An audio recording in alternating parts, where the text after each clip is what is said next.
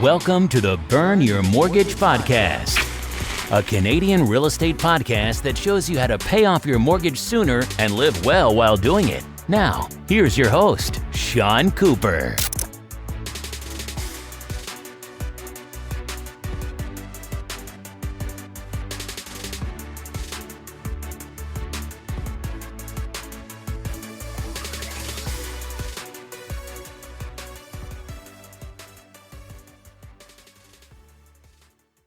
Welcome to the Burn Your Mortgage Podcast. I'm Sean Cooper, and it's great to be back for another episode. On today's show, I'll be talking to Octavia Ramirez. Octavia is a personal finance and entrepreneurship writer from Toronto. She's also the founder and CEO of Paper and Coin, a financial literacy and coaching company for millennials, and co-hosts a weekly podcast with her husband called About That Life. In my interview with Octavia, we discuss buying a home with consumer debt, saving up an emergency fund, and prioritizing your mortgage payments. Without further ado, here's my interview with Octavia Ramirez. Hi, Octavia. How are you doing today? Hi, Sean. How are you? I'm pretty good, thanks. Looking forward to a very interesting discussion on money and real estate. Yes, likewise. Great, so let's get started. You recently quit your full-time job and became a full-time entrepreneur. How are you enjoying your new career as a money coach? You know what? I'm loving it. I have to say, it's been really refreshing to kind of have that flexibility in my schedule. Of course, as you know, with the flexibility comes a lot of responsibility as well. So even though I'm no longer working, my 9-to-5 job, I'm often working longer hours into the night sometimes on the weekends, but it's been a really rewarding journey so far. And I'm curious, how did you get into money coaching? What inspired you to do that? Yeah, actually, really a lot of it was inspired by my own personal financial journey. About 5 years ago, I want to say, I just kind of hit this wall essentially when it came to my personal finances in my career. I was just kind of living paycheck to paycheck, and I was in this vicious cycle of getting paid on a Friday and then being broke again by Monday because most of my money was going to paying back my credit card. And so I just was really frustrated with constantly going back and forth. And I just decided enough was enough. So I actually ended up, your listeners are going to be shocked by this, but I actually ended up cutting up my credit card and kind of just starting on this journey of figuring out how to budget, how to invest, how to save, how to prioritize my spending, and just things like that. So really my personal journey really inspired, I think, a lot of other people, and they wanted to know, what I was up to and how I was able to kind of get myself debt free and really experiencing a lot of like freedom in that area. And so that really led me to kind of personally coaching people and helping them out with their personal finances, which eventually led to kind of structuring that whole process in a little bit more detail, and eventually led to me starting my company called Paper and Coin, which is a financial coaching company for millennials. Great. I'm just curious, do you ever suffer from fear of missing out? Because with all this social media and Instagram, it seems like people have so much pressure to spend. How have you stayed away from that pressure? Yeah, I mean, social media is definitely a doozy when it comes to trying not to compare yourself or see what other people are doing with their life and their spending. Honestly, I just put really like boundaries in place when it comes to even just my mental health and the way I see things. So I often ask myself very challenging questions like, okay, what I'm seeing on Instagram right now, is this the whole picture? And that's often not the case, right? So if we see an individual who just bought a house and they're in their mid 20s, let's say, and we kind of know that maybe they're not earning that much, and you wonder, how did they do it? There's just a plethora of ways that people might have done it, whether good or bad. And so I think trying to stay away from that like comparison trap has been really important just for my own well-being, and also just maintaining focus on my own personal financial journey. And that's what I recommend to my clients as well, is really making sure you're keeping the right perspective when it comes to social media and not thinking that everything is as it appears to be. And that's a perfect segue into our next question. Is it okay to buy a home if you have consumer debt? And a lot of people do because people are graduating later from college and university. So is it okay to go out and buy that property when you still have that student debt and perhaps a car loan as well? Yeah, and this is a really tough question, I think, right? Because it kind of puts perspective and sheds light on people's priorities. I'm going to go on a limb here and actually be a little bit more extreme. And I say, don't. Don't buy a house until you've prioritized paying off your consumer debt. If you already have a mortgage, I think that's fine. But if you're trying to be a first-time home buyer, and let's say you have $50,000 to $60,000 of household student loans, and then another couple thousand in credit cards, and maybe a car loan. That's a lot of debt burden to be bringing in addition to having a mortgage at that point, which is now hundreds of thousands of dollars in debt, essentially. So I always recommend to my clients that before you consider taking on this huge purchase and this huge burden of a mortgage, really, really do the hard work of getting yourself to a point where you're in the black. I know that that's really challenging for a lot of households in Canada, given the fact that the average student debt is now at just around sitting around $26,000 a year. And, if you have two individuals with that, that can be a lot of money to try to pay off, but it's not impossible. And I think in the long run, if you take care of that before you move into paying off a mortgage or paying into a mortgage, you're going to be so much better off in the long run. So I highly recommend take care of that first before you move into home ownership. Definitely. And I think it really boils down to the individual and how disciplined they are as well. Speaking from somebody who just recently became a licensed mortgage broker, it also sometimes helps to actually call up a mortgage broker and just kind of see where you're at in terms of your finances. Because then, for example, let's say you speak with a mortgage broker, find out you can only spend $200,000 on a property and you're trying to buy in Toronto, then that's not really going to work because you have all this debt. Then at least you can come up with a game plan to get the debt paid off. And then perhaps a year or a year and a half down the road, when your finances are in order, then you can go and buy the property. So that's kind of my perspective on it. Yeah, exactly. You're absolutely right. Like, you don't want to go into a house and find yourself house poor, right? And like I think a lot of people then end up blaming their house for not having enough margin in their lifestyle and in their budget to maybe go on a trip or, buy maybe an extravagant gift or something like that. But the problem wasn't necessarily the house. It was jumping into something your income couldn't afford at the time. And so I think, yeah, like you said, you really want to make sure you're consulting a professional to see like what are your options. Is maybe a house or a condo in Toronto isn't necessarily the best decision for you. Maybe that means going a little bit outside of the GTA or outside into one of the suburban areas to be able to purchase a home and still be comfortable within your budget and still be making all your obligations as far as your payments and debt are concerned. But this is why I really say is if however much you can take care of before you move into a home, I think you'll be better off and have a better purchasing power as well moving into the market. Definitely. Now, the toughest part of going from being a renter to a homeowner is coming up with the down payment. What Mhm. recommendations do you have to save a down payment? Yeah, absolutely. I mean, honestly, it really does boil down to creating a budget that's going to work for you and your lifestyle and really sticking to it, of course, right? That's really the nuts and bolts of it is you can write it down, but if you don't at the end of the day stick to it, it's basically just a piece of paper, right? So really creating a budget of what is your income that you're bringing home? What are your expenses, your fixed and your variable expenses? And then try to find where you can create a little bit more margin, whether that means increasing your income, perhaps taking on a side hustle, or maybe cutting down on some of your expenses. I think the biggest thing that Canadians are probably wasting money on is eating out, right? And to be honest, that's personally my area that I end up, spending more than I need to, but that's definitely one area you can quickly save a lot of money just even on your budget.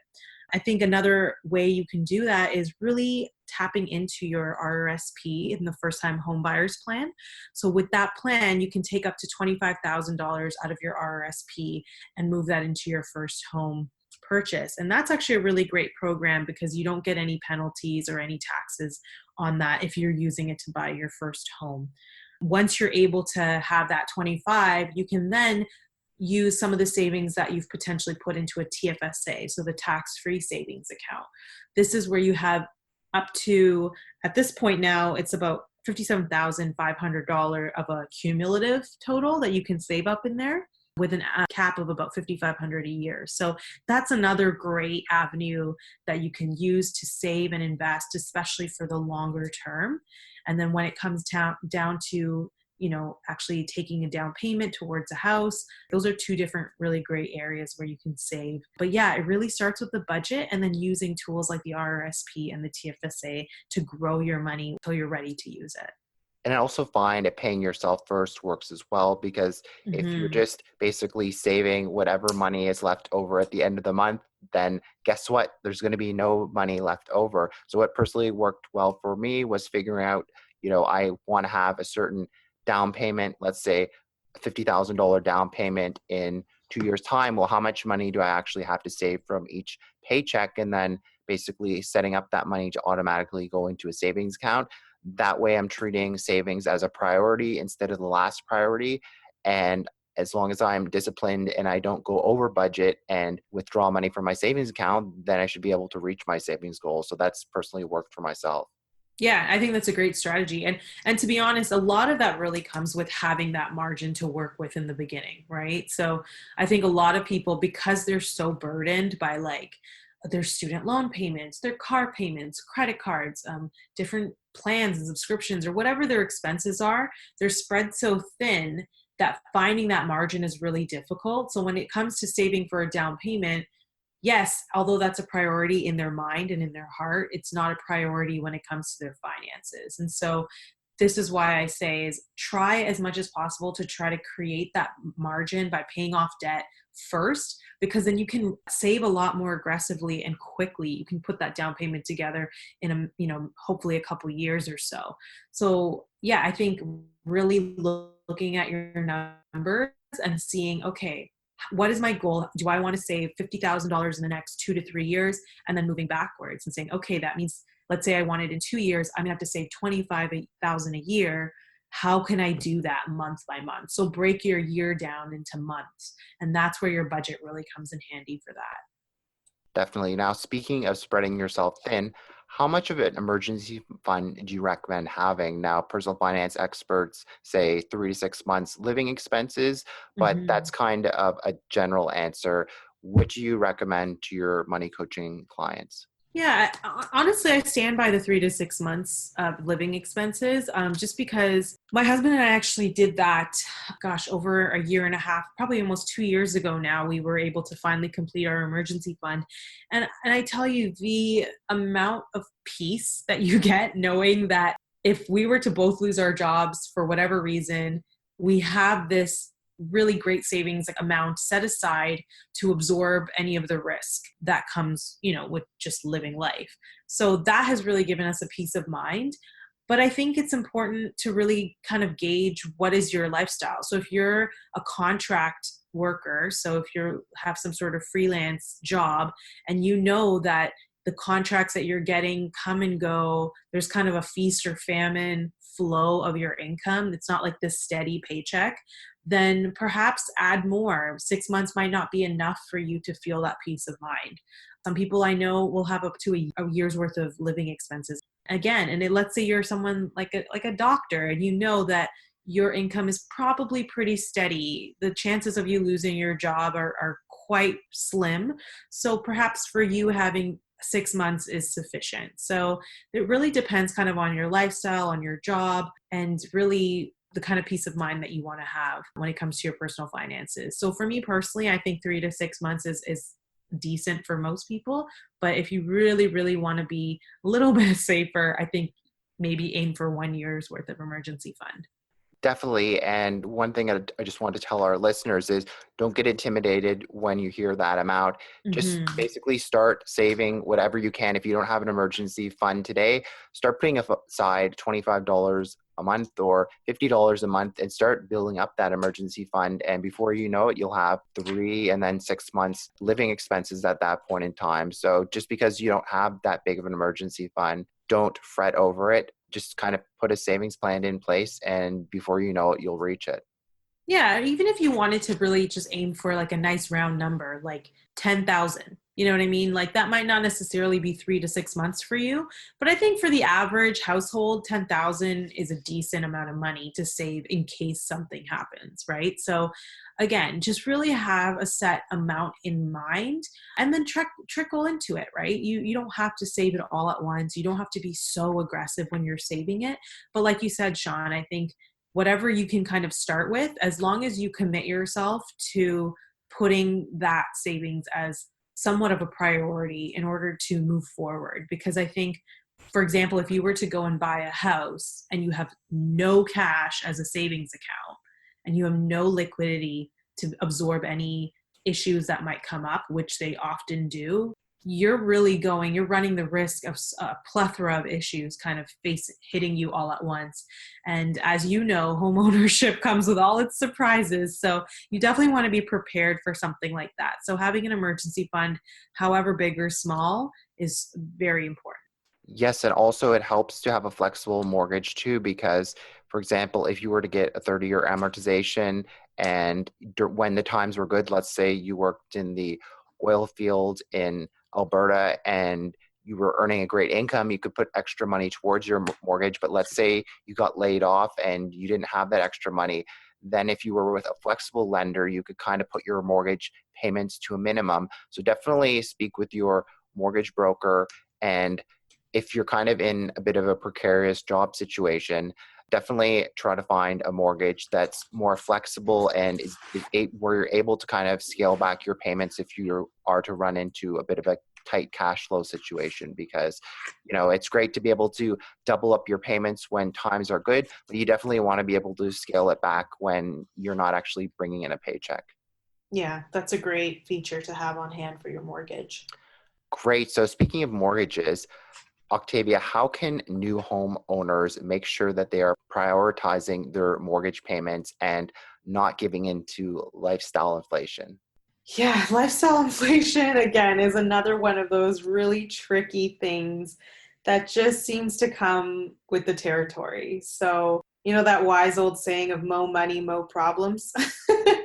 So I think something similar happens when you buy a home. So yeah, absolutely. I think one of the ways that you can avoid lifestyle inflation, which for your listeners is really just like we said, as your income grows or as you move up and upgrade your living situation or your driving situation or even your clothing situation, things can start to creep out slowly and start to add up. So that means that now if you have a bigger home, suddenly you have more rooms to furnish and suddenly you want to buy all new furniture and redecorate and all that stuff. So one of the best ways I think to keep in mind, no matter what the situation is grow at the pace of cash.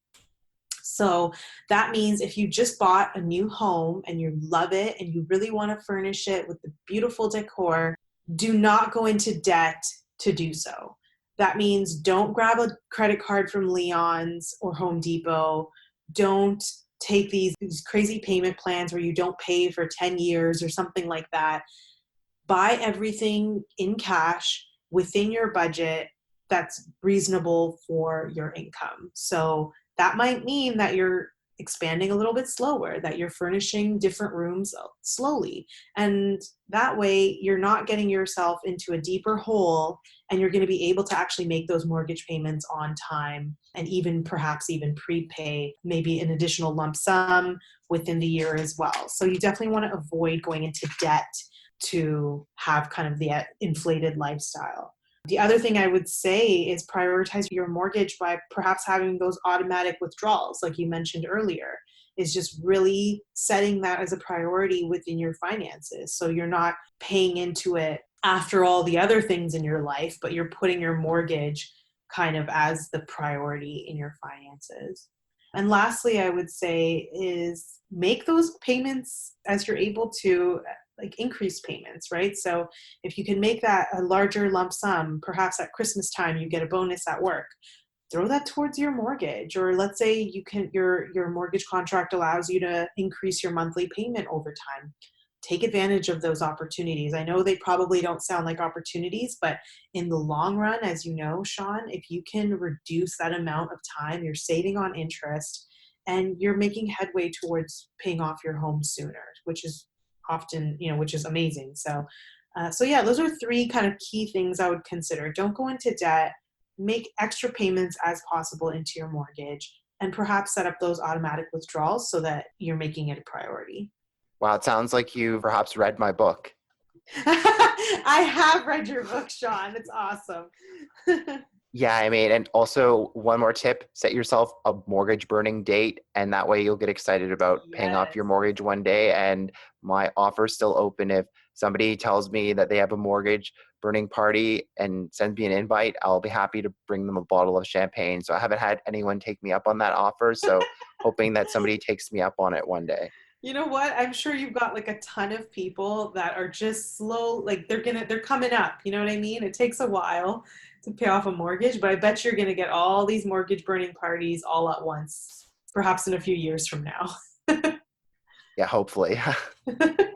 So although credit cards are a good way to build your credit score, some people find it tough to handle credit cards responsibly. Talk Mhm. about the benefits of using your debit card over your credit card for certain purchases. Yeah, I mean, I'm a huge fan of debit cards. The great thing about them now is that with technology advancing the way it is, you can really use them to do online purchases, and the versatility has definitely expanded beyond what they used to be even 10 years ago. So I'm a huge fan. I think the benefit is, yeah, it really forces you to cash flow everything. The money that is in your checking account is what's being used to make those purchases, whether that's on Amazon or whether that's at your local coffee shop. So that is a great way to force you to stay on budget because you're not going into debt to make that next purchase. You're really having to crunch the numbers and make sure that you've planned ahead of time for it. So that's a huge benefit for anyone that's looking to just get a little bit more disciplined with their personal finances, or they're saving towards their down payment, or they're saving towards a vacation or something special in their life. If you really want to stay on track and on budget, I would highly recommend, rather than using your credit card, start using your debit card, and that will make such a difference in keeping you focused. Personally, I use my debit card to book flights online.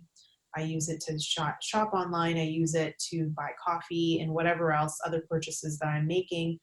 And it really is great for, like I said, keeping me on budget and avoiding debt in the long run. Yeah, definitely. Because in the cashless society that we're moving toward, I don't know about you, but when I spend actual physical money as opposed to swiping my credit card, with swiping my credit card, I can easily spend $100 and I don't feel any pain at all. But when Exactly. I actually hand over $5 $20 bills, I certainly feel a lot more pain then. So I don't like that pain. So then I might pay with my credit card instead so that I don't suffer the pain. But certainly I'm still spending the same amount of money at the end of the day. So I think a lot of us fall into that trap. And then mobile payments are making it even worse because think about it, like you can pretty much get the Starbucks or Tim Hortons or McDonald's app on your phone and just kind of get in a daily habit of stopping by once or twice and making these purchases conveniently on your phone. And then at the end of the month, you realize that you spent like $100 a month in Starbucks. So it Hmm. certainly can add it up. I mean, I think these stores definitely are doing it from a convenience standpoint to make it easier for you. But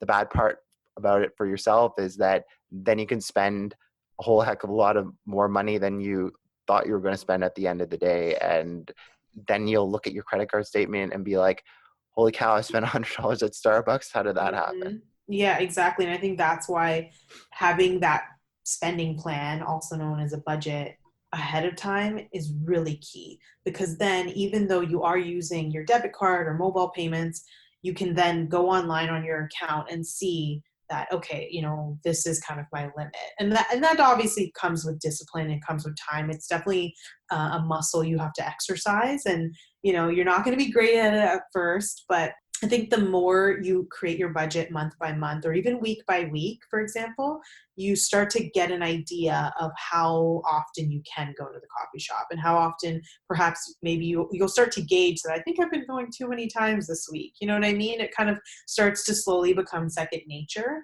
Like I said, the debit card is great for that, because once that money's gone, it's gone. You know what I mean? Versus With a credit card, it feels like there's this endless limit, it's like, it feels unlimited, basically, is what I'm trying to say. But you're right, absolutely. Like, there's studies that say using a credit card as opposed to cash, you end up spending 18% more using a credit card than you would the other way. So definitely, if you're struggling to stay on budget, either A, use a debit card, or B, go old fashioned and use straight up cash, and you'll definitely be on track that way.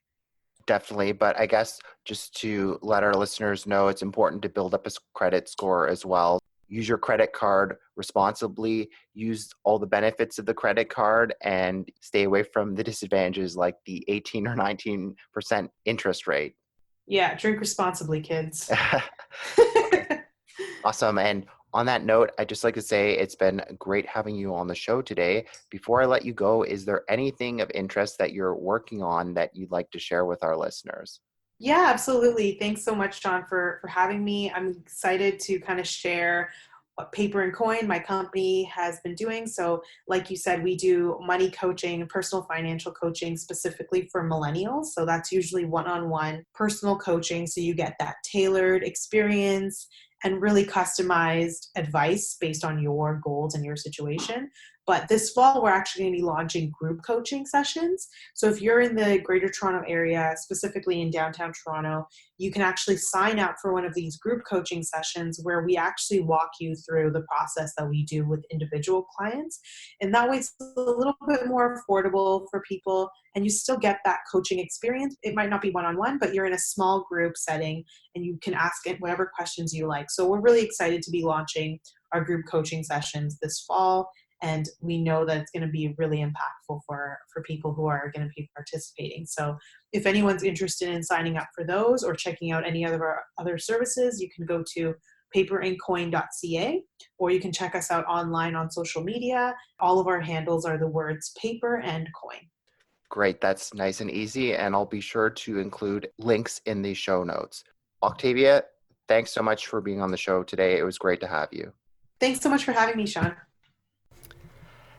Thanks for listening to another episode of the Burn Your Mortgage podcast. Besides being a podcast host and money coach, I'm also a licensed mortgage broker. If you or anyone you know, family, friends, coworkers, or neighbors could ever use any unbiased mortgage advice or a second opinion, feel free to reach out. You can reach me by email at seancooperwriter@gmail.com, or you can call or text me at 647-867-3711. Also, be sure to head on over to www.seancooperwriter.com and sign up for my free weekly newsletter. As a small token of my appreciation, you'll be able to download my ultimate mortgage checklist on choosing the perfect mortgage. You can also sign up for a free one-on-one 15-minute money coaching consultation with yours truly. I look forward to hearing from you and helping you burn your mortgage sooner too. Once again, thanks for listening. You've been listening to the Burn Your Mortgage podcast. Don't forget to subscribe on iTunes and leave a rating. Until next time, happy mortgage burning.